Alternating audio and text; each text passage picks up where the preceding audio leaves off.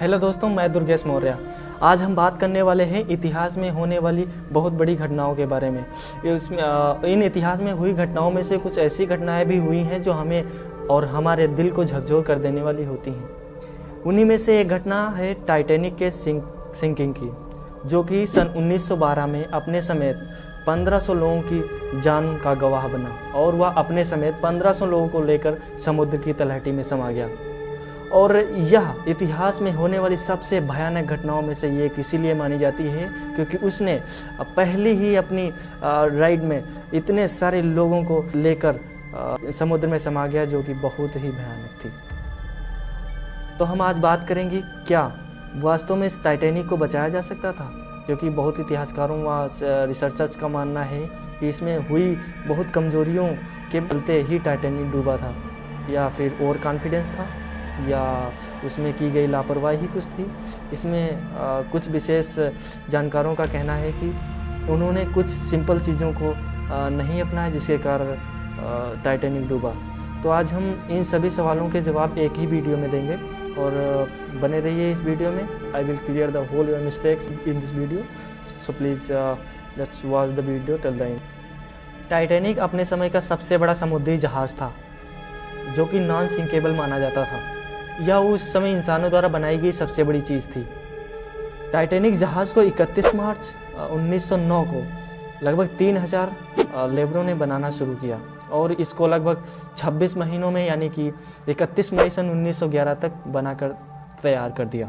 इस टाइटैनिक की साइज़ की बात करें तो यह 3 फुटबॉल फील्डों के बराबर था। 31 मई 1911 को इसे देखने के लिए लगभग 1 लाख से भी अधिक लोग एकत्रित हुए थे।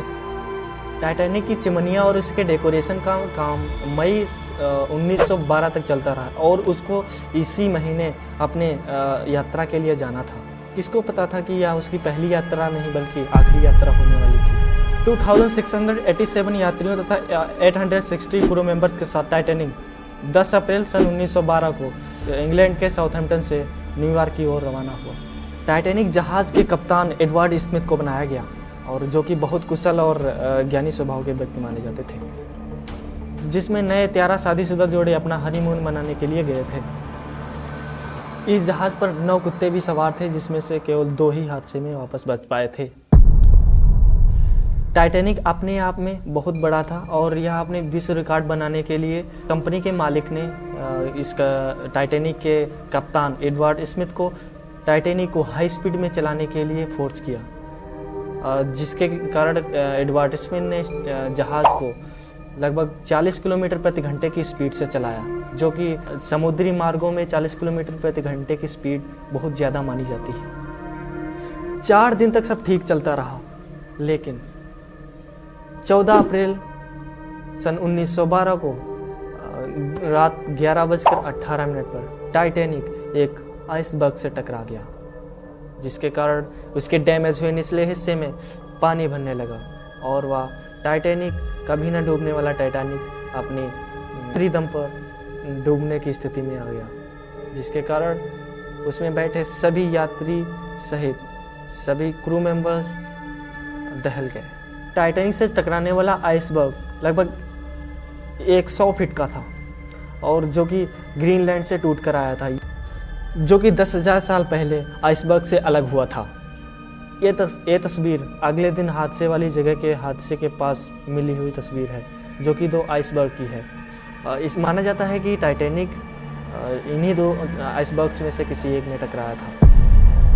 जहाज़ के आइसबर्ग से टकराते ही पूरे जहाज़ में अफरा दफड़ी मच गई और खौफ का माहौल पैदा हो गया, इसलिए लोग चारों तरफ इधर से उधर शोर मचाने लगे। इस संकट की स्थिति में कुछ समझदार लोग आए और लोगों को धैर्य बंधाया। जहाज़ पर मौजूद लाइफ बोट से बच्चों और औरतों को बचाने का निर्णय लिया गया। टाइटैनिक जहाज़ पर उस वक्त केवल 20 ही लाइफ बोट मौजूद थे, जिसके थ्रू एक बोट पर केवल 60 व्यक्ति ही जा सकते थे। इस हिसाब से टाइटैनिक सिर्फ 1/3 लोगों को ही बचा सकने के लिए पर्याप्त था। अगर टाइटैनिक जहाज़ पर लाइफ बहुत ज़्यादा हो सकती तो शायद लोगों की जान बच सकती थी, लेकिन अफसोस। टाइटैनिक के आइसबर्ग से टकराते ही टाइटैनिक की आगे की साइड का राइट साइड का बो, जिसे बो कहते हैं, वो डैमेज हो गया।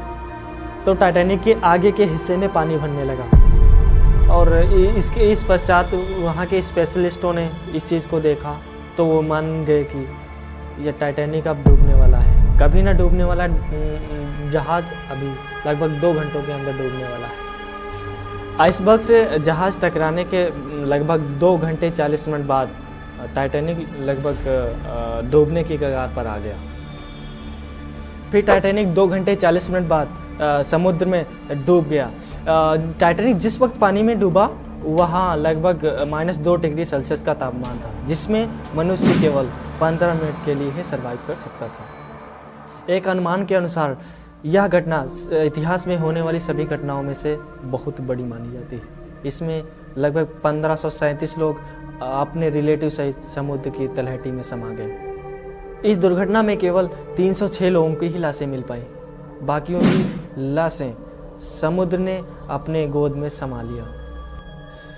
आपको जानकर हैरानी होगी, जब टाइटैनिक जहाज आइसबर्ग से टकराया तब इसके 2 टुकड़े हो गए और यह लगभग 600 मीटर की दूरी पर एक दूसरे से अलग जाकर समुद्र में गिरे। खोजकर्ता आज तक भी एकमत नहीं है कि टाइटैनिक क्यों 2 टुकड़ों में विभक्त हो गया। कुछ का मानना है कि यह टाइटैनिक आइसबर्ग से टकराते ही 2 टुकड़ों में विभक्त हो गया था, लेकिन कुछ का मानना है कि यह तलहटी में जाकर समुद्र में उत्पन्न होने वाले फोर्सों के कारण यह 2 टुकड़ों में बटा था। हो न हो, वास्तव में ही यह घटना दिल को दहलाने वाली है।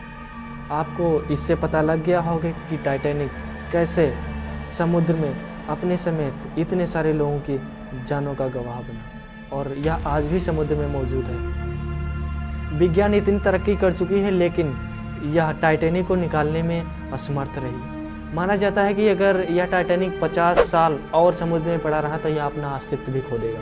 यह घटना वास्तव में बहुत खौफनाक थी। इस टाइटैनिक से बहुत से लोगों की यादें जुड़ी हुई हैं। इसके कारण लोग वहां पर जाने की कोशिश की और कुछ लोग गए भी, लेकिन वापस नहीं आ पाए। तो दोस्तों, अगर आपको टाइटैनिक जैसे अन्य जहाज़ में जाने का मौका मिले या ऑफ़र दिया जाए तो क्या आप जाना चाहेंगे? कमेंट बॉक्स में ज़रूर बताइएगा। ऐसे ही इन्फॉर्मेटिव वीडियो देखने के लिए आप हमारे चैनल को सब्सक्राइब कर सकते हैं। तो आज के वीडियो में बस इतना ही और मिलते हैं अगले वीडियो में। तब तक के लिए धन्यवाद।